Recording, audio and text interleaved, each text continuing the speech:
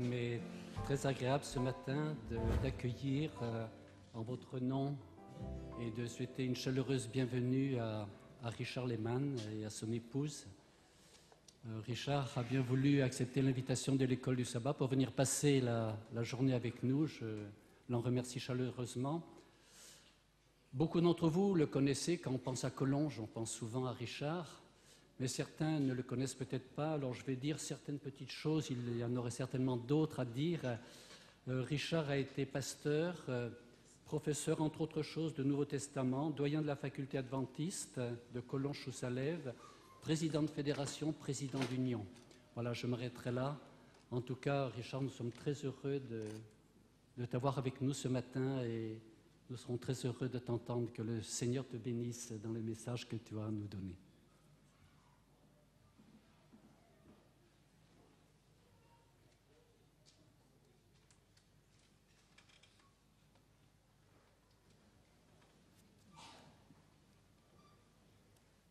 Chers frères et sœurs, il est toujours particulièrement impressionnant de s'adresser à une communauté telle que la vôtre, surtout quand on ne la fréquente pas très souvent.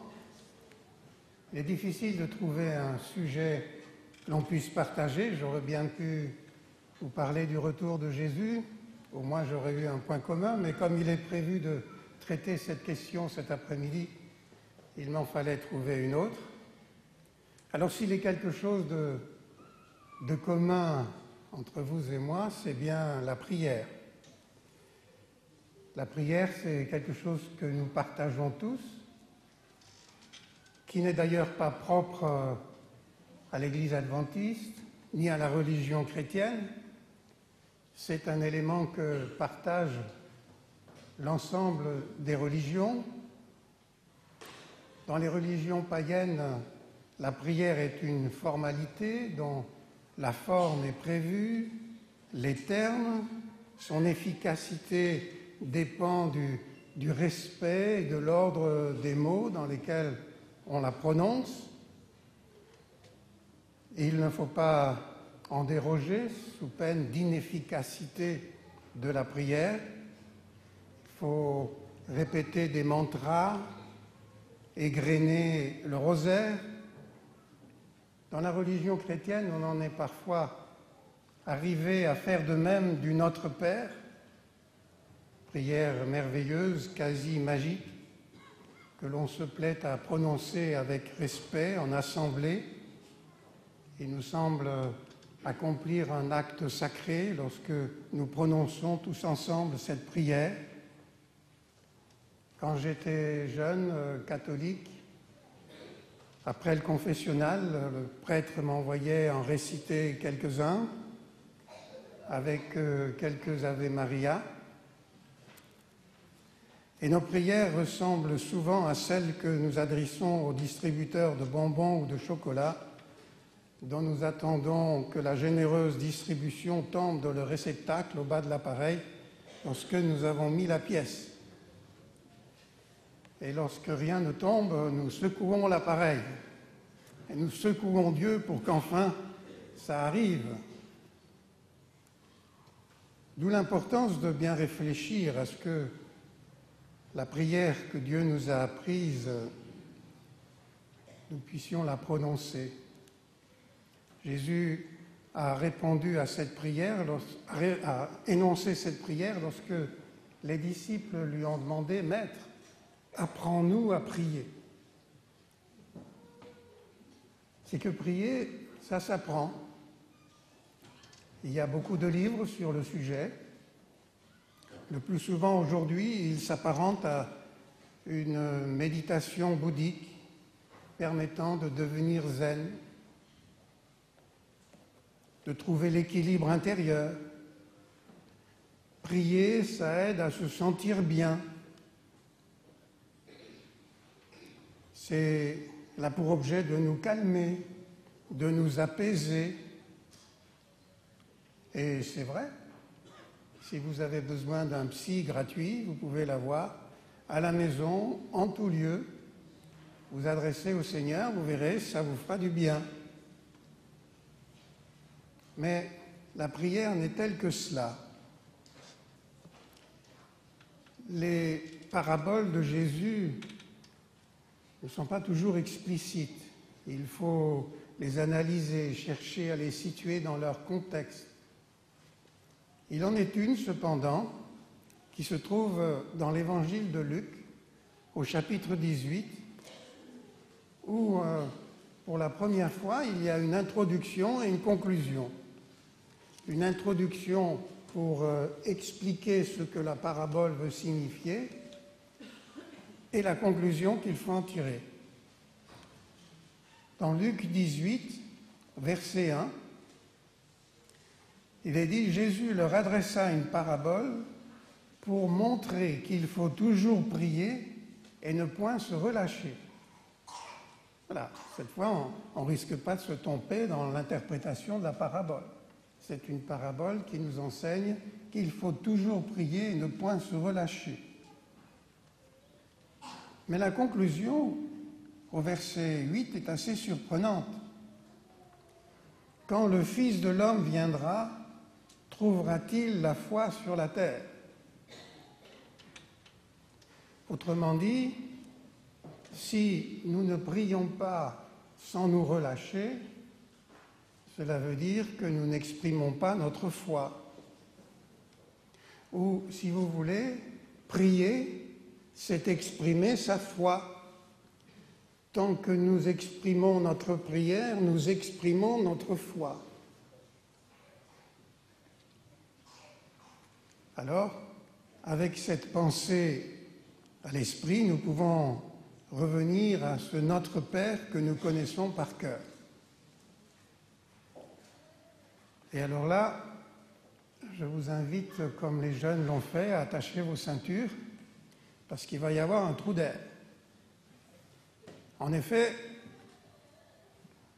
quand nous examinons cette prière merveilleuse, constatons qu'il y a de la place pour le nous, de la place pour le tu, mais il n'y a pas de place pour moi. Quand je prie Dieu, d'habitude, je lui dis « Seigneur, je te demande, je te prie ». Mais il n'y a pas de « je » dans cette prière. Il n'y a que nous et tu. Le moi, il est caché. Et c'est à nous de le trouver. Par exemple,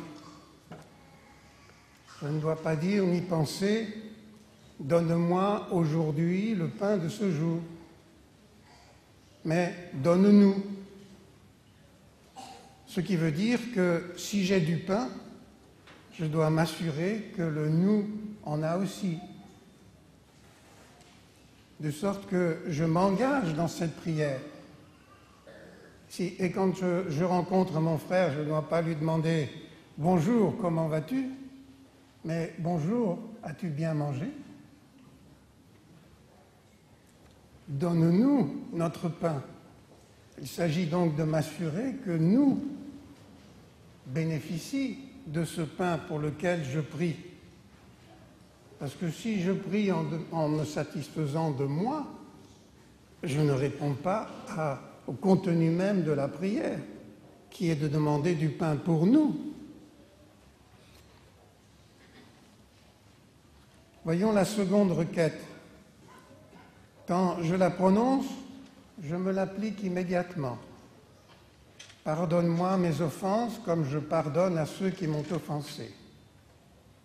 C'est vrai que je dis nous, mais j'avoue que je pense à moi. Et je me dis que du moment que j'ai pardonné à tout le monde, eh bien, je suis satisfait, j'ai répondu au contenu de cette prière. Mais j'ai dit « pardonne-nous comme nous pardonnons ».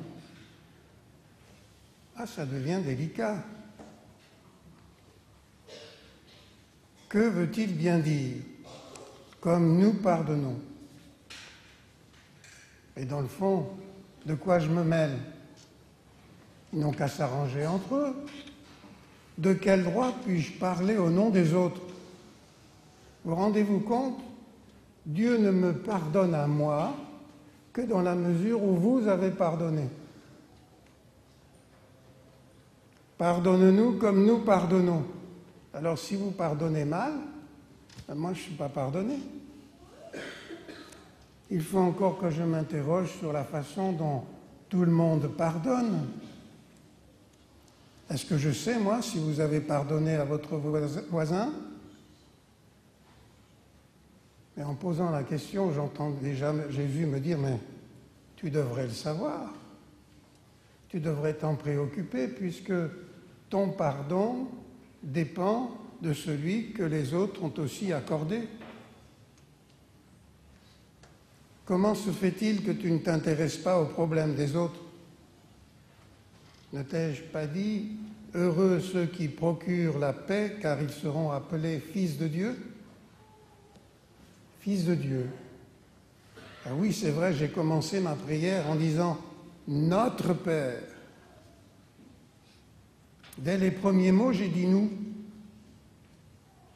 J'ai reconnu que nous sommes tous fils et filles de Dieu. Et pour l'être vraiment moi, et alors là, j'introduis ce moi, il me faut travailler à la paix entre tous. Demander pardon à Dieu pour nos offenses, c'est entreprendre une œuvre de réconciliation, d'intercession. Je ne dois pas me contenter de regretter que les autres se disputent et chercher à me réconcilier moi. Vous imaginez une famille dans laquelle il y a deux membres de la famille qui se disputent. Du moment que moi, je ne me dispute pas avec eux, ça ne suffit pas. Il faut encore que j'aide à la réconciliation des deux autres membres de la famille pour que vraiment nous soyons en paix. Vous voyez que pardonne-nous nos offenses comme nous pardonnons, cela laisse de la place pour une œuvre de médiation, d'intercession, pour que le pardon soit accordé entre nous et pas seulement entre moi et ceux qui m'entourent. Je suis tellement plus porté à la médisance et à la critique qu'il m'est difficile d'avoir cette attitude de grâce à l'égard de ceux qui ne m'ont rien fait, mais qui font souffrir d'autres ou qui souffrent de la part des autres. Voyons un commentaire qu'en fait l'apôtre Paul dans l'Épître aux Colossiens au chapitre 3, verset 13. Il dit « Supportez-vous les uns les autres et faites-vous grâce. Si quelqu'un a à se plaindre d'un autre, comme le Seigneur vous a fait grâce, vous aussi faites de même. » Pardonne-nous nos offenses, comme mon frère a pardonné à son voisin. N'est-ce pas là une tâche importante qui me revient? Finalement, le Notre Père, c'est un ordre de marche, c'est un engagement que je prends vis-à-vis de ceux qui m'entourent. Seigneur, parmi les offenses dont je te demande pardon, il y a mon indifférence ou mon jugement critique et ma lâcheté. Apprends-moi à être plus près des autres, à être un pacificateur, car, dit Jésus, ceux qui procurent la paix seront appelés fils et filles de Dieu. Il est cohérent, Jésus, car rechercher la paix, c'est bien cela la vie de famille. Ne nous laisse pas succomber à la tentation. Oui, la tentation, elle est grande. Non pas de manger trop de chocolat, mais de lutter en laissant les autres se dépatouiller. Ne nous laisse pas succomber à la tentation. Cette fois encore, les autres sont inscrits dans ma prière. Quand je prononce cette prière, je m'engage en quelque sorte à aider les autres à ne pas tomber dans la tentation. Car j'ai dit nous, donc je me préoccupe des autres aussi. Je ne me contente pas de vivre dans ma sainteté, mais je me préoccupe d'aider ceux qui m'entourent pour qu'ils puissent être délivrés de la tentation. Il y a un petit mot que l'apôtre Paul aime à employer. De toute façon, vous savez déjà l'hébreu, puisque vous dites Amen à la fin des prédications. Alors, vous avez un mot grec que vous connaissez aussi, c'est Alléluia. Et vous allez ajouter à votre vocabulaire Allélous. Alors, Allélous n'a rien à voir avec Alléluia. Il veut dire les uns les autres. Les uns les autres. L'apôtre Paul l'emploie 40 fois. Je ne vais pas tous vous les lire, mais quelques-uns des plus connus. Romains 13, verset 8. Ne devez rien à personne, si ce n'est de vous aimer les uns les autres, car celui qui aime l'autre a accompli la loi. Éphésiens 4, verset 2. En toute humilité et douceur, avec patience, supportez-vous les uns les autres dans l'amour. Romains 15, verset 7. Accueillez-vous les uns les autres, comme le Christ lui-même vous a accueillis pour la gloire de Dieu. Romains 15, verset 14. Pour ce qui vous concerne, mes frères, je suis moi-même persuadé que vous êtes pleins de bonté, remplis de toute la connaissance et capables de vous avertir les uns les autres. J'aime bien sa formulation ici. Souvent, nous nous contentons de toute la connaissance capable de nous avertir les uns les autres. Mais Paul dit plein de bonté pour user de cette connaissance afin de nous avertir les uns les autres. Et puis, encore 2-3 passages qui ne sont pas à notre avantage. Romains 14, verset 13. Ne nous jugeons donc plus les uns les autres. Usez plutôt de votre jugement pour ne pas mettre devant votre frère une pierre d'achoppement ou une cause de chute. Galates 5, verset 26. Ne devenez pas vaniteux, cessons de nous provoquer les uns les autres, de nous porter envie les uns aux autres. Galates 5, verset 15. Alors là, si vous vous mordez, si vous vous dévorez les uns les autres, prenez garde de ne pas être détruits les uns par les autres.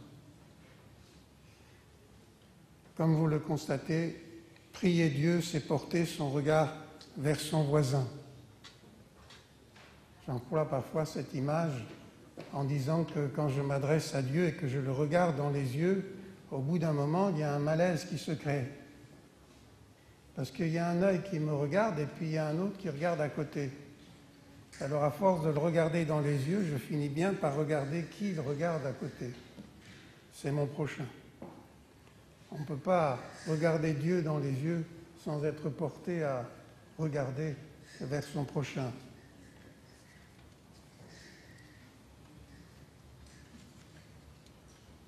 Pourquoi porter son regard vers son prochain? Car il y a une menace qui pèse sur nous, à l'égal d'un tsunami ou d'un tremblement de terre qui surviennent de façon inopinée.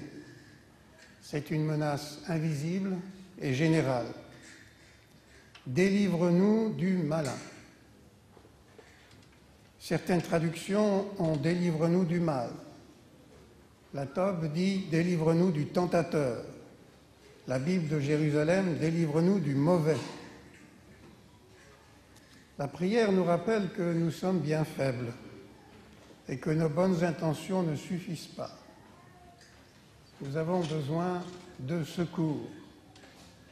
Comme dit l'apôtre Paul aux Éphésiens, nous n'avons pas en effet à lutter contre la chair et le sang, mais contre les dominations, contre les autorités, contre les princes de ce monde de ténèbres, contre les esprits mauvais dans les lieux célestes. Ce malin sait nous piéger. Il a des millénaires d'expérience. Certains pensent qu'ils peuvent s'en préserver en sortant du monde, du présent monde mauvais, comme dit Paul. C'est un peu comme des poissons qui voudraient sortir du fleuve pour ne pas être avalés par le crocodile. Seulement en dehors du fleuve, ils ne peuvent pas vivre. Ce n'est qu'illusion. Nous sommes dans le monde. Et le mauvais nous attend toujours au tournant. Même si nous fuyons au désert, c'est là que Jésus l'a rencontré. Sa force peut aisément nous dominer. C'est la raison pour laquelle, d'ailleurs, Dieu a fait alliance avec nous. Une alliance met toujours 3 éléments en jeu. L'auteur de l'alliance, dans ce cas, c'est Dieu. Le bénéficiaire de l'alliance, c'est nous. Mais il n'y a pas de raison d'être à une alliance s'il n'y a pas un danger. Aucune nation n'éprouve le besoin de faire alliance avec une autre nation plus puissante qu'elle si elle ne se sent pas menacée. Si Dieu fait alliance avec nous, c'est bien parce qu'il veut nous secourir contre un danger. Selon la Bible, c'est Dieu qui nous offre son alliance. Et s'il le fait, ce n'est pas pour nous faire faux bons quand nous aurons besoin de lui, puisque c'est pour cela même qu'il l'a faite. C'est pourquoi il est appelé le Dieu fidèle dans la Bible. L'auteur de l'Épître aux Hébreux a une façon bien à lui de l'exprimer. J'aime beaucoup la pensée qu'il développe dans Hébreux 6, versets 16 à 19. Il présente la parole de Dieu, le témoignage de Dieu. Les hommes jurent par celui qui est plus grand qu'eux, et le serment est une garantie qui met fin à tous leurs différends. Je le jure. C'est pourquoi Dieu, voulant montrer avec plus d'évidence aux héritiers de la promesse, c'est-à-dire à nous, l'immuabilité de sa résolution, intervint par un serment, afin que par 2 choses immuables dans lesquelles il est impossible que Dieu mente, nous trouvions un puissant encouragement, nous dont le seul refuge a été de saisir l'espérance qui nous était proposée. Cette espérance, nous la possédons comme une ancre de l'âme, sûre et solide. Lorsque on faisait un serment au nom de, sur la tête de. Dieu fait un serment sur son nom, son propre nom. Il s'est engagé tout entier dans ce qu'il a dit, et c'est la solidité de notre espérance et de notre confiance, sa personne et sa parole. Voilà sur quoi et sur qui nous pouvons compter contre l'ennemi. Et cette alliance, il l'a faite avec nous. Délivre-nous du mal. Cela veut dire que nous sommes prêts à nous secourir les uns les autres. Dans la guerre, on ne se sauve pas en ignorant les autres, mais en nous secourant les uns les autres. Le pain de chaque jour, et même celui du grand jour à venir, celui du repas de noces, le pardon, le secours dans la tentation font partie du serment que Dieu a fait et dans lequel il ne peut se renier. Combien il doit être triste de notre manque de confiance et de notre manque de générosité, comme le marchand de fraises tout à l'heure. Personne n'en voulait parce qu'on ne faisait pas confiance. Car ce Dieu tout-puissant se donne comme notre Père. La prière que Jésus nous a enseignée commence par une méditation. Notre Père. Nous avons un Père commun. Nous sommes tous frères et sœurs. Le prophète Malachie en tire la conclusion suivante. N'avons-nous pas tous un seul Père? N'est-ce pas un seul Dieu qui nous a créés? Pourquoi donc nous trahissons-nous les uns les autres en profanant l'alliance de nos pères? Vous notez l'accent communautaire, les uns les autres. Nous sommes liés les uns les autres. Nous dépendons les uns des autres. Si l'un de nous a gagné une médaille, voyez combien nous sommes fiers. Mais à l'inverse, s'il y a l'un d'entre nous qui apparaît dans les journaux parce qu'il a fait quelque chose qui ne convenait pas, nous avons tous honte. Nous sommes liés les uns aux autres. Ainsi, en appelant Dieu notre Père, nous prenons sur nous la responsabilité de la famille, l'honneur de notre famille spirituelle. Nous nous engageons à veiller à ce que notre vie soit un modèle ou un encouragement. Il y a des mots qui engagent. Il est difficile de se faire une idée du Père quand on n'en a pas eu, ou quand on ne le voit qu'aux vacances scolaires, ou un week-end sur deux. Et rares sont les pères qui pourraient considérer qu'ils ont été des pères parfaits. Quel est donc notre Père céleste? Nous avons tendance à nous faire une idée de notre Père céleste à notre image ou à l'image de celui que nous avons connu. Quelques récits nous le font connaître tel que nous aimons à le voir. Je prends quelques références des psaumes. Psaume 27, verset 10. « Car mon père et ma mère m'abandonnent, mais le Seigneur me recueillera. » Le Père des orphelins, le défenseur des veuves, c'est Dieu dans son séjour sacré, dit le psaume 68. Au psaume 103, verset 13, « Comme un père a compassion de ses fils, le Seigneur a compassion de ceux qui le craignent. » Mais si nous aimons à souligner la proximité de Dieu, notre Père, il faut aussi se rappeler qu'il est aux cieux. C'est une distance. Notre Père qui est aux cieux, dit Jésus.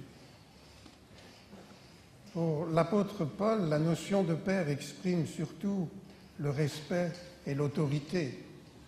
Le texte que nous avons lu tout à l'heure nous rappelle que c'est celui devant lequel nous fléchissons le genou.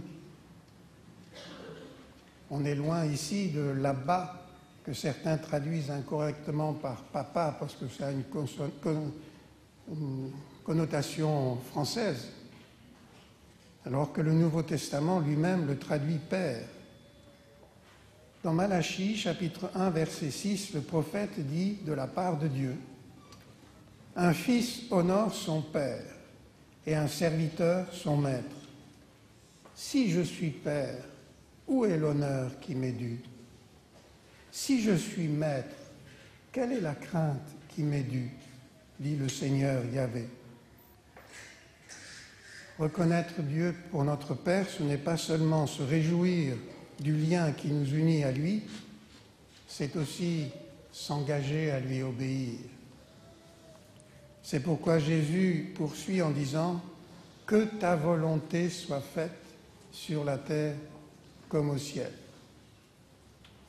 Un philosophe scandinave, Søren Kierkegaard, disait « S'il y a peu de gens qui croient, ce n'est pas parce qu'il est difficile de croire, mais c'est parce qu'il est difficile d'obéir. » Que ta volonté soit faite, c'est la prière que Jésus a prononcée au jardin de Gethsémani. Si nous la prononçons, nous nous engageons par là même à réaliser cette volonté.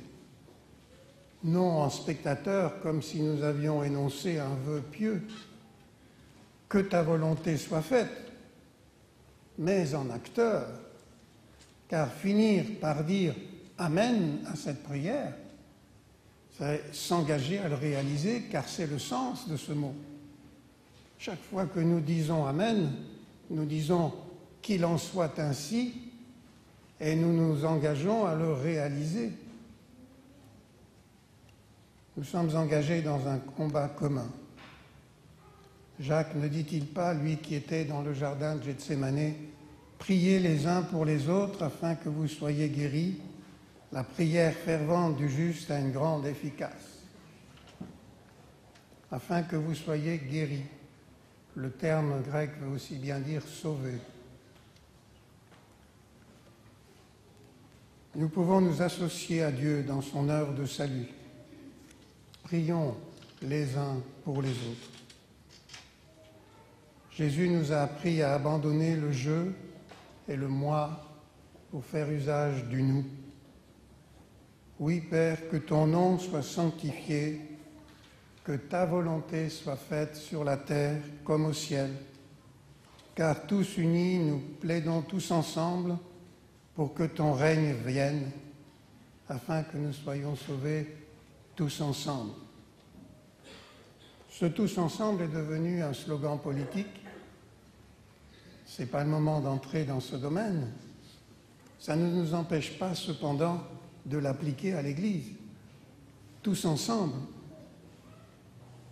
afin que le règne de Dieu se réalise dès à présent dans notre communauté. Que ton règne vienne parmi nous, que nous vivions tous ensemble l'espérance de ton retour, afin que le nom de Dieu soit sanctifié. Vous l'aurez remarqué une fois de plus, ce n'est pas notre nom à nous qui doit être sanctifié, mais c'est celui de Dieu, car Dieu nous fait confiance. Ça me fait frémir quand j'y pense, qu'un Dieu si grand fasse confiance à une communauté pour que son nom soit honoré. Vous en connaissez, vous, des églises où il n'y a pas de problème? En tout cas, quand j'étais à la Fédération, j'en ai pas trouvé. Tout va bien. Personne n'a à se plaindre de qui que ce soit. Et pourtant, Dieu compte sur nous pour que son nom soit sanctifié. Par l'amour que nous avons les uns pour les autres. Quand le Fils de l'homme viendra, trouvera-t-il la foi sur la terre? Une foi vivante, une foi agissante? La réponse nous appartient. La réponse, c'est à chacun de nous de la donner. Une foi qui se vit dans la prière. Si notre esprit est bien disposé, nous le savons, la chair est faible. C'est pourquoi nous avons besoin de prier, besoin de nous mettre à l'écoute de Dieu, de communier avec lui, car c'est à lui seul qu'appartiennent, au siècle des siècles, le règne, la puissance et la gloire. Amen.